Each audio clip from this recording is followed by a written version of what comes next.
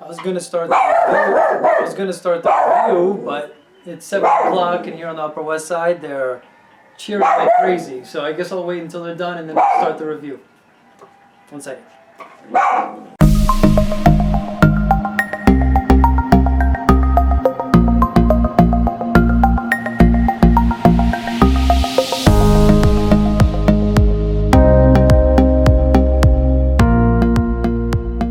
Hey guys, Mid-Fi Guy here today. Coming at you with a new look. Supportive wife cut my hair now. We do what we can in the quarantine, but I like the look and it was a little bit cheaper than the barber. So I think we're gonna keep this for a while. But let's get down to business. Today we're gonna review 2 amps and a DAC amp. We have the RME ADI-2 DAC on top here, the S.M.S.L SP200, the new kid on the block with THX AAA technology. Been getting a lot of press, so we're going to check that out, and we're going to compare them both to the Violectric V280. It's been on the market since 2016, but there's a big price difference with all these amps. This one on the bottom, the Violectric, comes in at $1,700 new.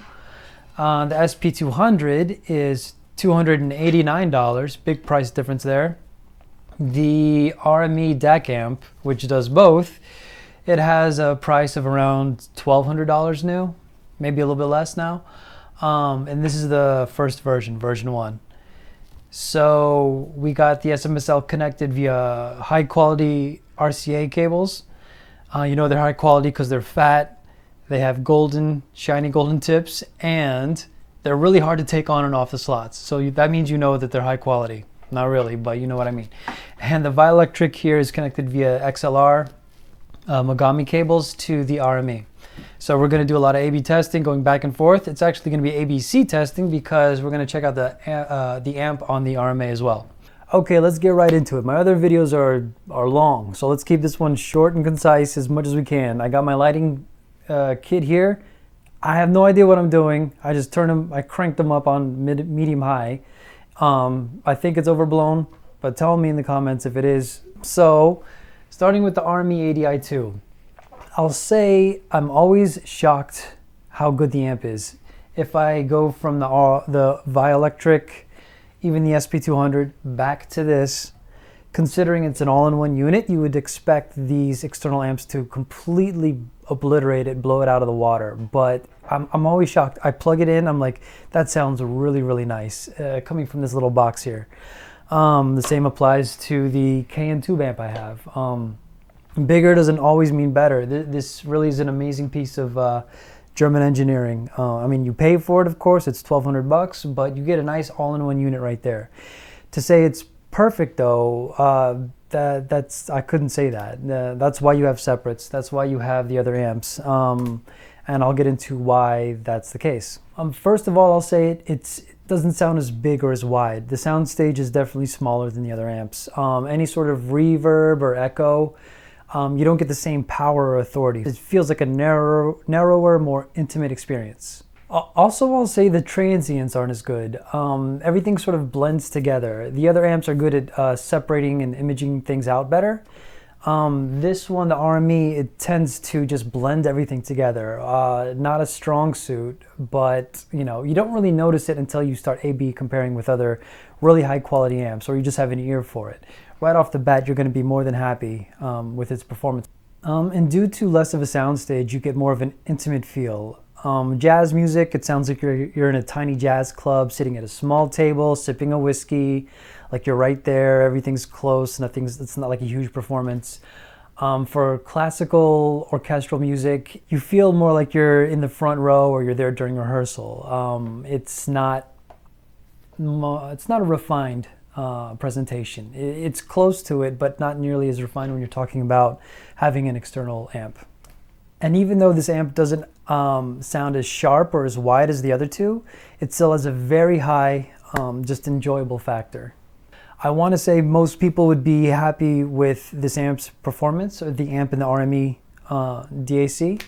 I want to say most people would be happy with it, but most people wouldn't buy a $1,200 DAC. Chances are if you have that level of DAC, you have some nice headphones as well. Right off the bat, this is great. It's not bad. Once you have a higher quality headphone, if you want to get the most out of your cans, you should look at exploring external amp options. Next up on the list, let's talk about this baby, the S.M.S.L SP200. Again, this comes at $289, so I honestly didn't know what to expect. I keep hearing about this amazing AAA technology from THX, and S.M.S.L has, as far as I know, the most inexpensive desktop amplifier option in the SP200. And bottom line, what you've been hearing is generally true. It is an amazing little amp for the price. It is dead quiet. You don't get you don't get any interference, any noise, and that truly is amazing. When you say an amplifier should be a wire with gain, this is what I think of when I hear that saying. It's hard to talk bad about this amp because it is dead quiet, it's super analytical, and it has great wattage specs. This spits out 3 watts at 32 ohms. You move up to 300 ohm cans and you're getting 440 milliwatts. So, it does have a high and low gain switch though. So for your Sennheisers, for your Aeoluses from ZMF, Auteurs, anything 300 ohms and over, you do want to use the high gain switch. It still powers it with no problem. You're going to love it. And now to the big boy, the Violectric V280. This is made by Lake people out in Germany. Pretty famous name, at least in the Head-Fi community. They've been designing amps and making amps for a while now. Fried is the owner, and he is very passionate about what he does and puts his heart and soul into it. And it shows in the engineering and the quality of the parts inside. What I love about the V280, and I guess the V281, I've heard that as well. The V280 is basically the V281 without the preamp section. It spits out a little bit less wattage or power, but it's essentially the same sound signature. But going back to what I was saying, what I love about it just has this big open sound with power to spare, just gobs of power. It never struggles. Anything you throw at it, it's, you don't feel that anemic feeling from other smaller amps. It has plentiful, tight, controlled bass. It does come in on the warm side of things. It does sound warm. Generally, it's a very pleasing sound. So the fact that this is warm makes it the complete opposite of this. So you get the, polar opposites here, so we could talk about that. And really quickly, Violectric has been known to make more warm or musical sounding amps. That means they lose a bit of technical prowess, but what they gain is just musicality. You can put your headphones on, plug it in here, and then just leave it on and set it and forget it kind of deal, and just enjoy the music and not worry about listening. Did I just hear that person's chair move, or little technicalities like that? This is not for that. This is just for enjoying your music. That does translate, at least to my ears. I don't know what the measurements are for this, but the highs are a little bit rolled off, a little bit recessed compared to the other 2 amps here. I'll talk more about that in a bit. So now let's do some A/B comparisons. The S.M.S.L, as much as I love this little amp, I actually wanted to keep this. It's so much cheaper. I could have sold the V280 online and maybe got some new headphones or something like that. It would fit completely perfect in my little stand here. I did get some comments on it. If you're wondering where it's from, it's from a guy on Etsy. He'll custom make little shelving units for you like this at a really good price. I'll put his link, his Etsy shop, in my description, so check that out. But yeah, if I did keep this, it would slide perfectly underneath and everything would be fine, but I still prefer the V280, and in some cases I prefer the RME's amp as well. And one reason why, or one con of the S.M.S.L is it sounds a little anemic when you're comparing it to a monster amp like the Violectric. The sub bass just isn't there. It seems like I want to push it more. I want to hear more out of my cans. This can definitely get your cans really loud, but it won't get the full potential of getting that big scope of the music, feeling every little reverb, every instrument, every tonal character of voices. It's a bit lacking here. But again, for $289, you can't really complain too hard. It's almost there. It just doesn't take you all the way. And going back to the traits here, so this is more musical. The Violectric's more musical. This is more analytical. And a song to showcase this, Cry Me a River by Alexis Cole. Really cool song. At about 44 seconds in, it's a female vocal. She holds a note really nice. It's really pleasing to the ear. Much more pleasing on the Violectric. On the SMSL, I have to say it's actually more lifelike, but it's also, since it's so analytical, it also pierces, and it ends up hurting my ears. So I have to kind of turn the volume down.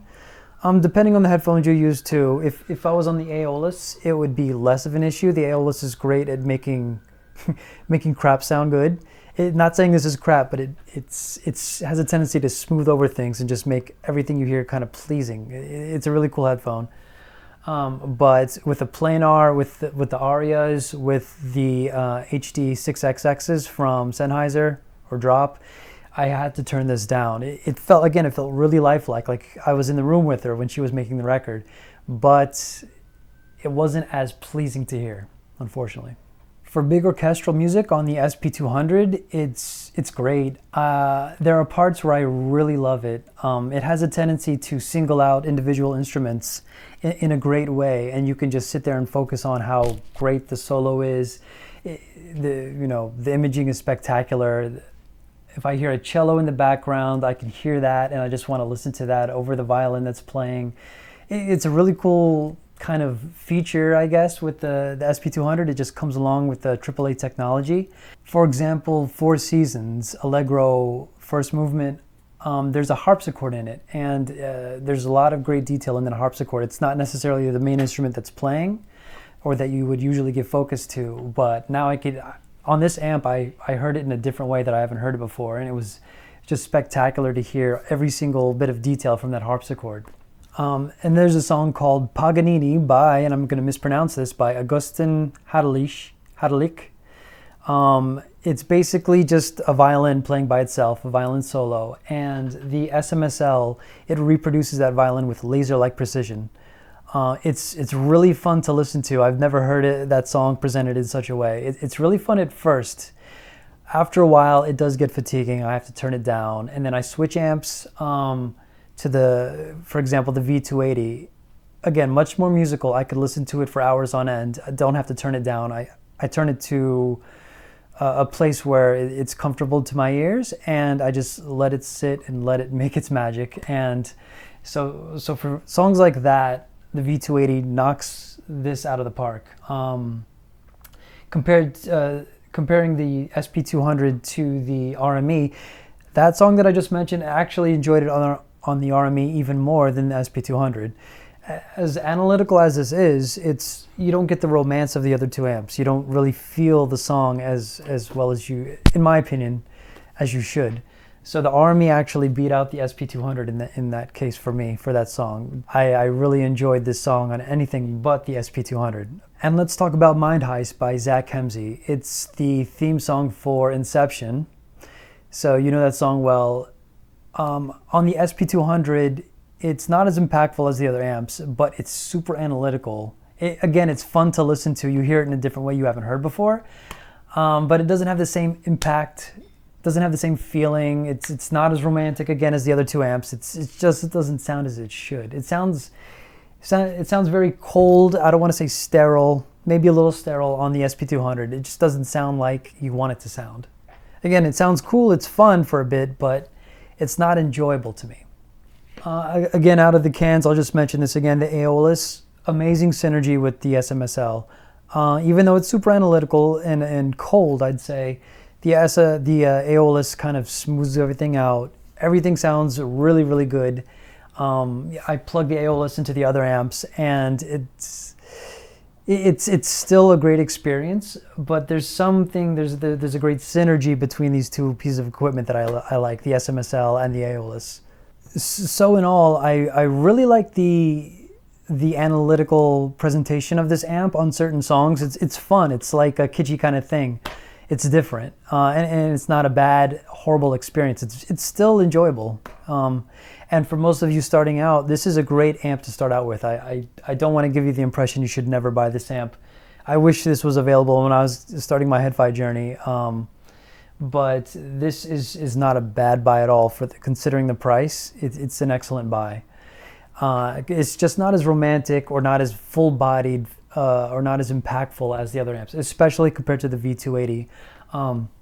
Kuro Wong mentioned it, but the sustained power output is going to be stunted on this because of if you look inside, you'll see a tiny power supply. It's one of the reasons that they're able to keep the cost so small, which is great. It's a great entry-level price, but that you suffer in having that big impactful experience from something like the V280. So the last amp I wanted to talk about was the Violectric V280. Some of you may say it's not fair to compare these amps.